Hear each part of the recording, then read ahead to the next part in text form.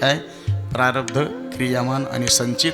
मग क्रियामान कर्म करत असताना आता सेवा आपल्याकडनं झाली पाहिजे, सेवा झाली पाहिजे. ती सेवा केली शबरी मातेनं, क्रियामान कर्म चांगलं पाहिजे. शबरी मातेनं सेवा केली. ऐका, आता रामायणात घेऊन गेलो असतो पण 5 मिनिटं राहणार.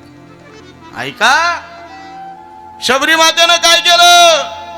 शबर राजानं लग्न उभारलं. लग्न करतोय शबरी राजात आणि शबरीचं लग्न उभारलं. जोडला सर्वाला बाजार, सर्व काही आणि बोकडांची आरांग पाहिली शबरी मातेनं. म्हणले महाराज बाबा ही बोकडं कशासाठी आणले?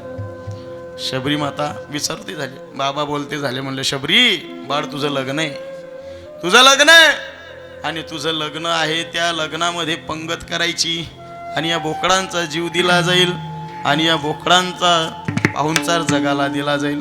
शबरी म्हणले एवढ्या बोकडांचा जीव जाईल, एवढ्या बोकडांचा जीव गेल्याच्या नंतर ते पाप होणार आहे. ते पाप मी माझ्या माथी घेऊन हे लग्न कसं काय थाटायचं? हा माझा संसार पूर्णत्वात जाणार आहे. एवढं पाप माझ्या मस्तकावरती घेऊन माझा संसार पूर्णत्वात जाणार नाही. शबरी मातेच्या बुद्धीला तिच्या संचितानं सहाय्य केली. तिची पावलं निघाली महाराज तिथून.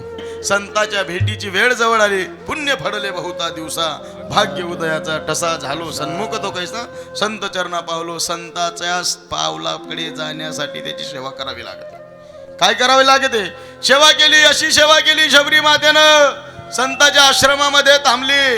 संतांना आंघोळ स्नानाला सकाळी प्रातःविधीसाठी निघून जावं आणि शबरी मातेनं यावं, ते सगळं प्रांगण स्वच्छ करावं, झाडलोट करावी. रोज करते. त्या ऋषीला कळालं की हे प्रांगण कोणतरी स्वच्छ करते. हे कोण करतं?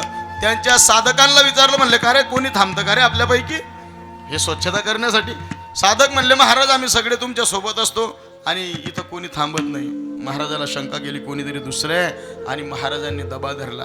आंघोळीला गेले, मध्यातून फिरून आले. साधकांना सांगितलं तुम्ही चला. शबरी माता झाडलोट करत होती आणि तेवढ्यात मागून उभे राहिले. काय मागून उभे राहिले साधू आणि विचारू लागले शबरी कोण आहेस तू? शबरी माता दचकल्या आणि म्हणू लागल्या मी शबर राजाची मुलगी शबरी. म्हणजे इथं काय करतेस म्हटल्याच्या नंतर महाराज मी रोज या प्रांगणाची स्वच्छता करते, रोज झाडलोट करते. मी पाहतोय तुझं रोज झाडलोट करते, रोज सेवा करते. तुझ्या सेवेचं फळ म्हणून साधूने आशीर्वाद दिला. सेवेचं फळ म्हणून साधून आशीर्वाद दिला. काय आशीर्वाद दिला? जा एक दिवस जगाचा मालक तुला भेटायला येईल. संताच्या भेटीचा परिणाम. जा एक दिवस जगाचा मालक तुला भेटायला येईल असं म्हटल्याच्या नंतर त्या दिवसापासून शबरीनं वाट पाहते शबरी. ऐका, पण भगवान परमात्मा एक दिवस तिच्या प्रांगणामध्ये आले. शबरी मातेनं ते भगवान परमात्म्याला पण साधूचं वचन खरं ठरलं. मग साधूची सेवा करावी लागते. येणे पण ते माझी चालली पाऊले, दर्शन झाले संताबाई. संताची भेट पुण्याशिवाय होत नाही आणि सेवेशिवाय संत प्रसन्न होत नाही. जेथ ज्ञानाचा कुरठा तेथ सेवा हा दारवंटा. तरी स्वाधीन करी सुबटा ओळंगोनी ते ज्ञान पै भरवे. जरी मनी आती आणावे तरी संताया बजावे सर्वस्वेसी. सर्व भावाने संताला शरण गेलं पाहिजे असं म्हणतात ज्ञानोबा. म्हणून जाण तेने गुरु भजीजे तेने कृतकार्य होईजे. जैसे मूळ सिंचना सहजे शाखा पल्लव संतोषती.